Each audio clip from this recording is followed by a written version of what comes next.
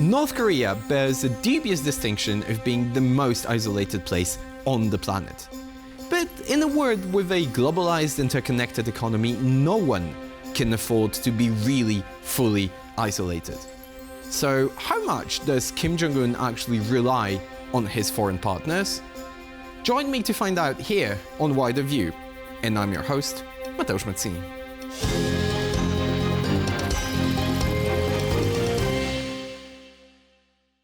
Good evening.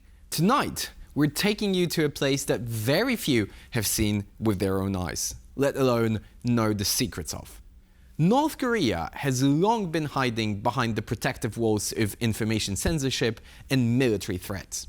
But in recent years, Pyongyang's presence on the international stage has increased drastically, mostly because North Korea is not self-sufficient. It has never been so in full, but a combination of international sanctions and underdeveloped economy have resulted in a dramatic decline in living standards.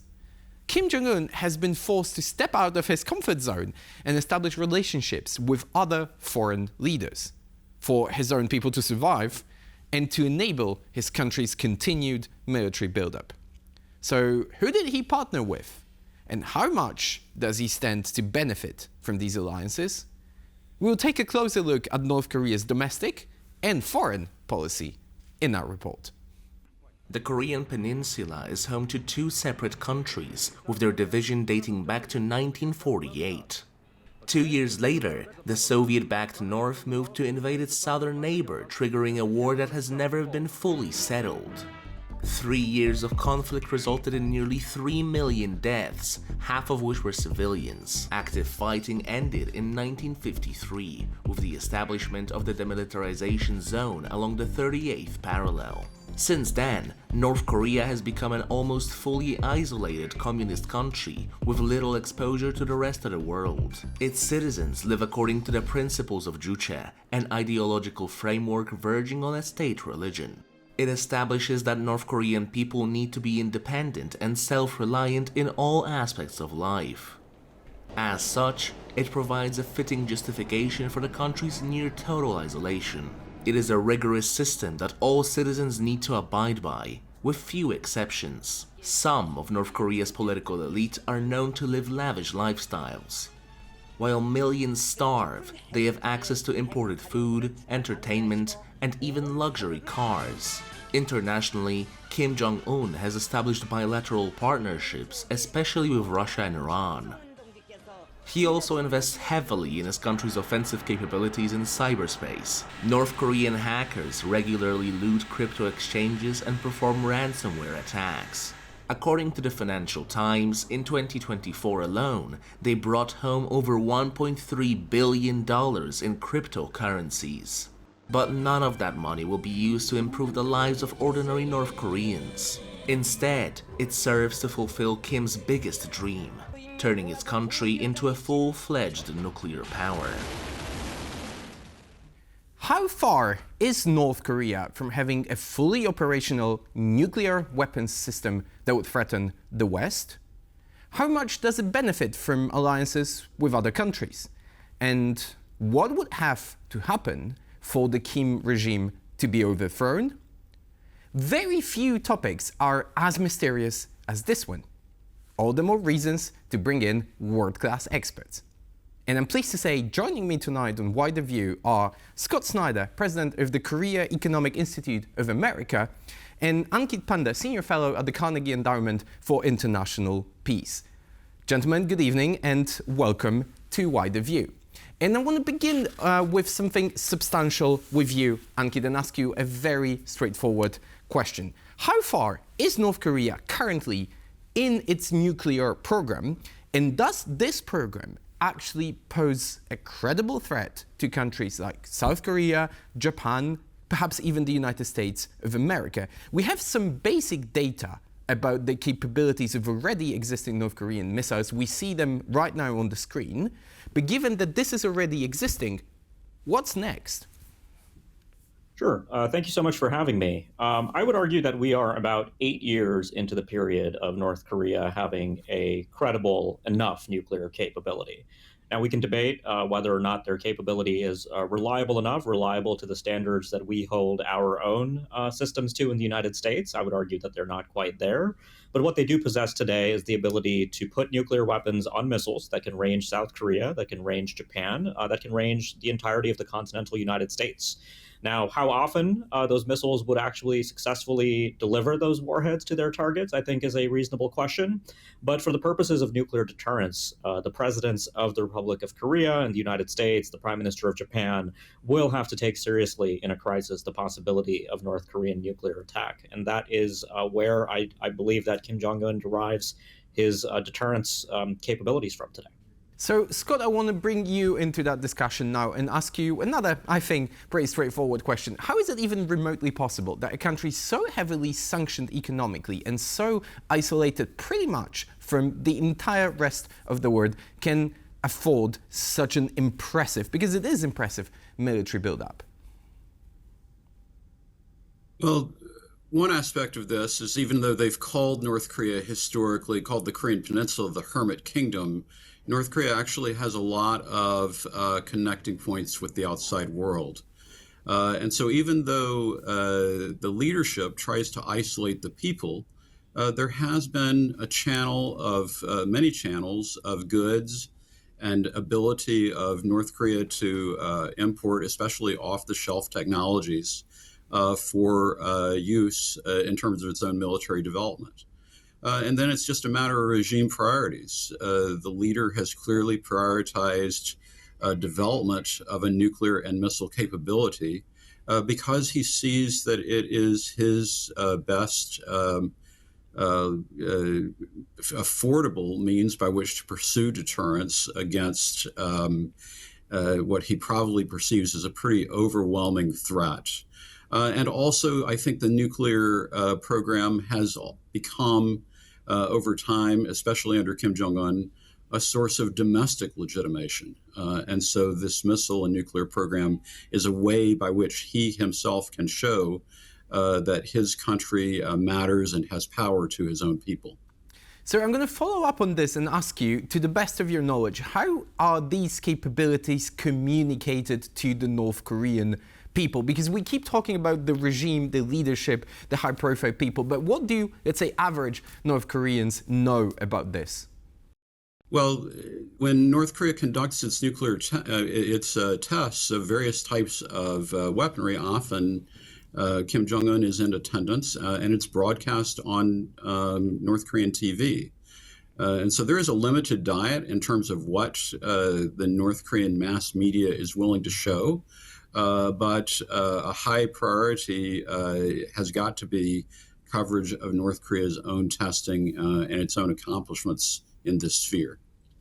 So, Ankit, now circling back to you, how important, not just from the military standpoint, are bilateral trade deals or alliances with China, with Russia, with Iran and other countries? Is it just about the military buildup? Is it just about, frankly speaking, bringing in money, foreign currency? Or is there more to it? Is there perhaps an ideological connection that connects all of these spaces?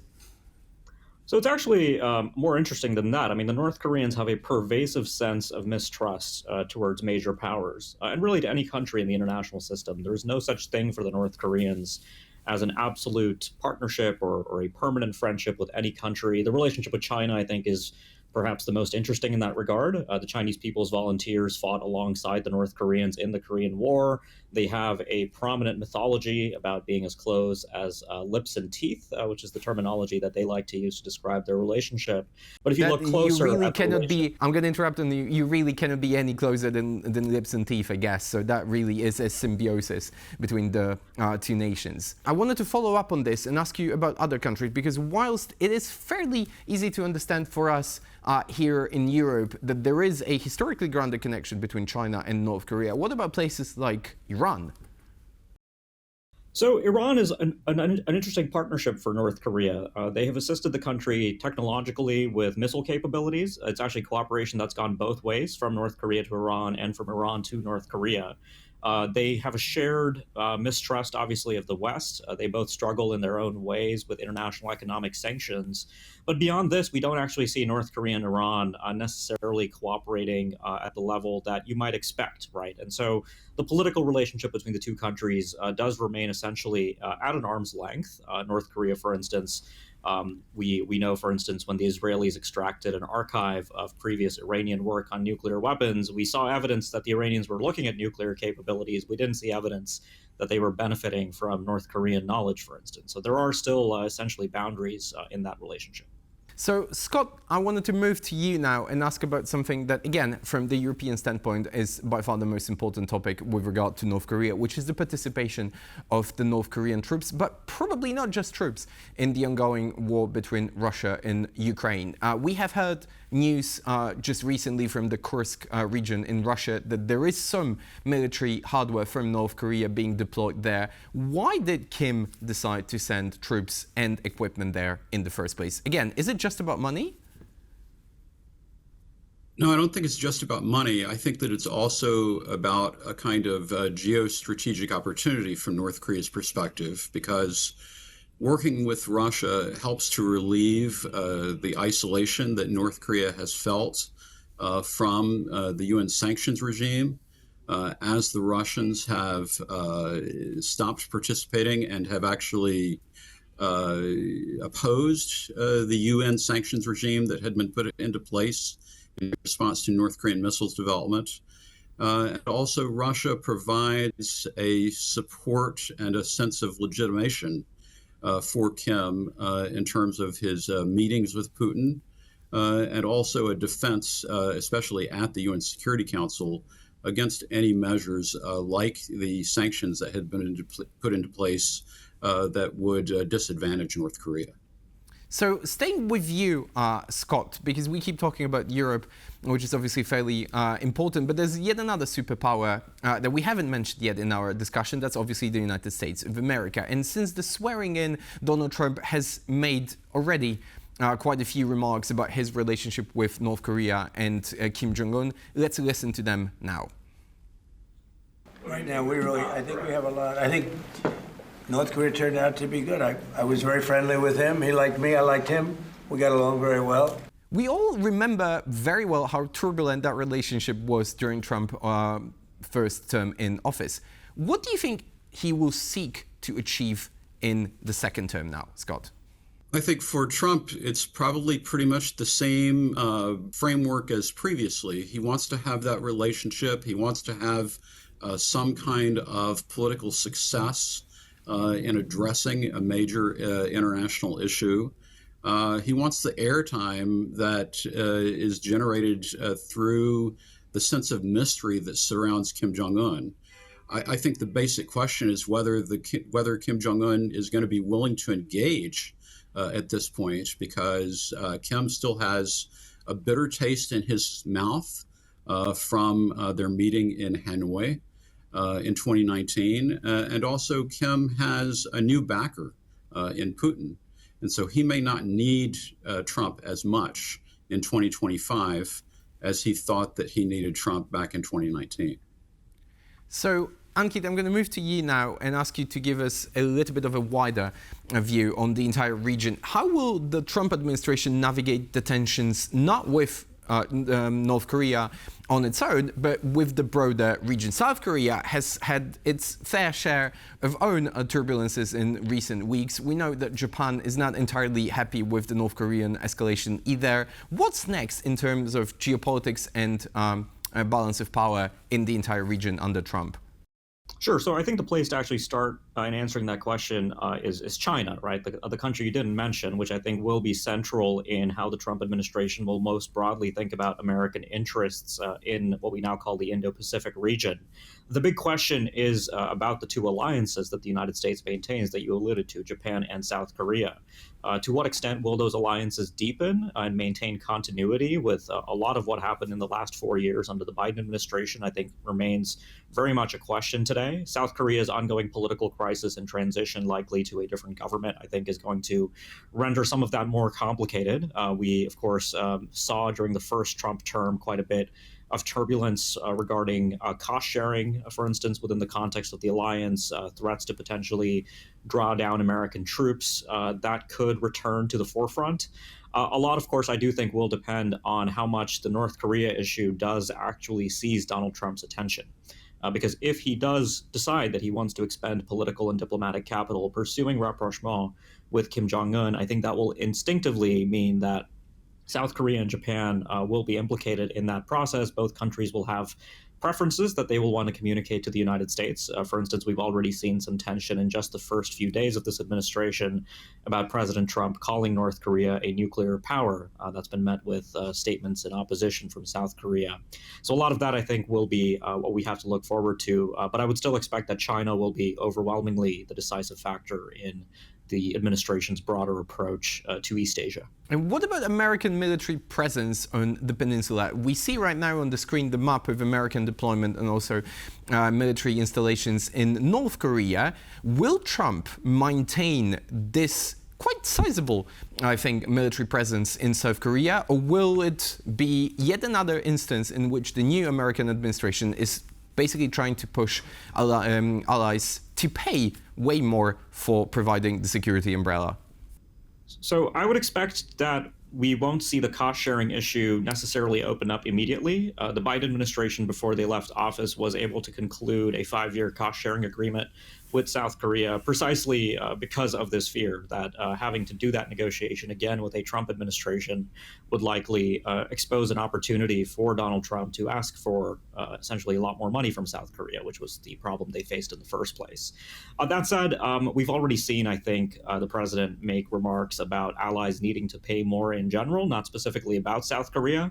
So depending on, again, how much his attention turns to the Korean Peninsula and Northeast Asia, it is plausible that we might see friction within the alliance pertaining to precisely the number of troops that will be on the Korean Peninsula. From the perspective of the U.S. military and from the traditional approach the United States has had, the forward deployed military presence on the Korean Peninsula is incredibly valuable for U.S. national interests in deterring North Korea, in fomenting an alliance with South Korea and maintaining that, and maintaining a forward presence, frankly, in East Asia, where the U.S. has quite a few matters at stake. But obviously, with Donald Trump, a lot of these traditional drivers of U.S. interests are very much, I think, up for renegotiation.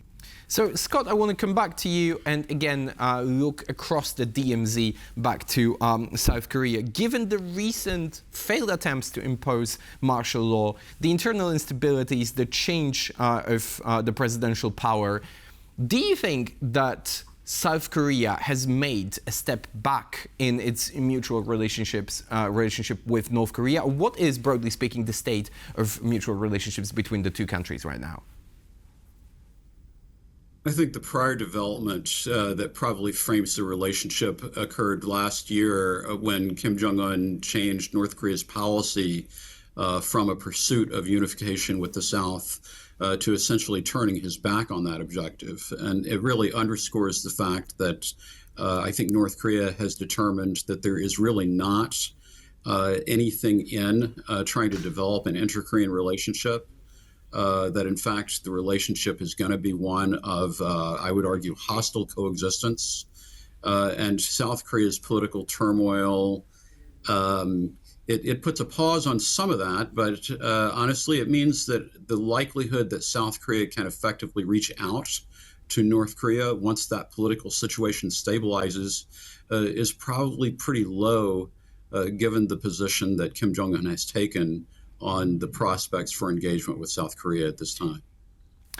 Ankit, right now I wanted to ask you about something that perhaps is most well known in terms of North Korean military architecture, the North Korean hackers. We know they're insanely efficient. We know them being very skillful in attacking, especially cryptocurrency exchanges. But how are they trained if that country is so immensely isolated? And also, where do they operate from? Do we know? So that's a great question. The North Koreans, as you said, punch way above their weight as offensive cyber actors, both in the realms of espionage and theft. The ways in which they're trained are very interesting. They actually do send workers and in many cases students overseas to countries that do have relations with North Korea, that maintain an ability to receive North Korean personnel or students, and that is essentially one of the major conduits into this process. But of course, the North Koreans, as you highlighted at the start of this program, with their own focus on self-reliance, have also now taken this into their own arms. So they are thought to have a fairly robust internal training and sustainment program for what has now become a really essential component of the country's ability to raise revenue for a variety of illicit activities, including its nuclear and missile programs. And so for North Korea, this has been one of the essential opportunities with the emergence of technologies like cryptocurrencies and the proliferation of network technologies across the internet more broadly. When the international sanctions regime was first set up and then deepened over a number of years, that also created the incentives for North Korea to begin investing in these types of essentially asymmetric means to continue raising revenue. And so this has been a major problem and continues to be a major problem for law enforcement and sanctions enforcement against North Korea. And finally, to both of you, the elephant in the room of all questions with regard to North Korea, a possible regime change. What will have to happen for North Korea as a country to move even a little bit away from its ideological, rigorous regime? And I'm going to start with you, Scott, and then after that, move to Ankit. Regime change, impossible? It's not impossible. In fact, Kim Jong Un is probably very concerned about having had to watch the recent developments in Syria. At this point, I think that the North Korean system, it has endured for a long time. There is a lot of mistrust within that system. Everybody is being watched by each other. And the greatest threats, I think, really are related to potential internal loss of control. And that is the reason why Kim Jong Un has put so much emphasis on trying to maintain political control. He can't control people's thoughts, but he definitely, I think, and that system has a pretty strong grip over the actions of most people in ways that really limit the freedom for independent political thought at the individual level. And over to you, Ankit. Again, regime change, thoughts on that? Also, I agree with Scott. It's not impossible. I will say that with the development of nuclear deterrence and nuclear capabilities, Kim has probably pretty safely removed the prospect of externally forced regime change. You could argue that the U.S. invasion of Iraq in 2003 was a deeply disturbing moment for his father, Kim Jong Il, who disappeared from public for a long period when that invasion occurred. And when he did reemerge, he was obsessed with the prospect of nuclear deterrence and nuclear weaponry. And so for Kim, I think that is one of the ways to avoid that fate ever falling him, that the United States or some other external country or South Korea could remove him from power. He hopes that his nuclear weapons will give him that level of protection. But so that leaves us with the internal factors in North Korea. Two factors I'll just highlight to add to Scott's list. Kim Jong Un's health. He's not a very healthy person. He could fall dead rather surprisingly. His father suffered a stroke. His grandfather was not very healthy. It runs in the family. And so that is a source of risk that I think Kim himself is aware of. We see his interest in setting up his succession to a fourth generation of Kim leadership with his daughter, who's been publicized in recent years. But also the succession itself, I think, always has presented a moment of weakness for the North Korean system, right? I think this country is in many ways reasonably described as a hereditary monarchy. And we know with monarchic transitions, there can often be opportunities for contestations about that succession. And I think with Kim Jong Un in particular, these questions will persist. But again, North Korea has been around longer than the Soviet Union. They've been around longer than the People's Republic of China. So when it comes to communist countries essentially persisting, the North Koreans do have a case for their longevity. So This is something they've given quite a bit of thought to over a while. Absolutely. I'm afraid this is all we have time for tonight. But the more we talk about North Korea, the more questions we need to be asking. So we'll be most certainly revisiting that topic in our further episodes. Scott Snyder and Ankit Panda were our guests tonight. Thank you both and have a good evening. The history of international politics teaches us that no political system is immune to regime change, especially dictatorships, which are often built on foundations much shakier than one thinks. They seem stable and powerful until one day they're gone altogether. We learned that in Syria, and, well, North Koreans should maybe pay attention. Thank you for being with us tonight. Next week, we'll take a closer look at recent developments in the US-China relations. Be sure to tune in, and have a good evening.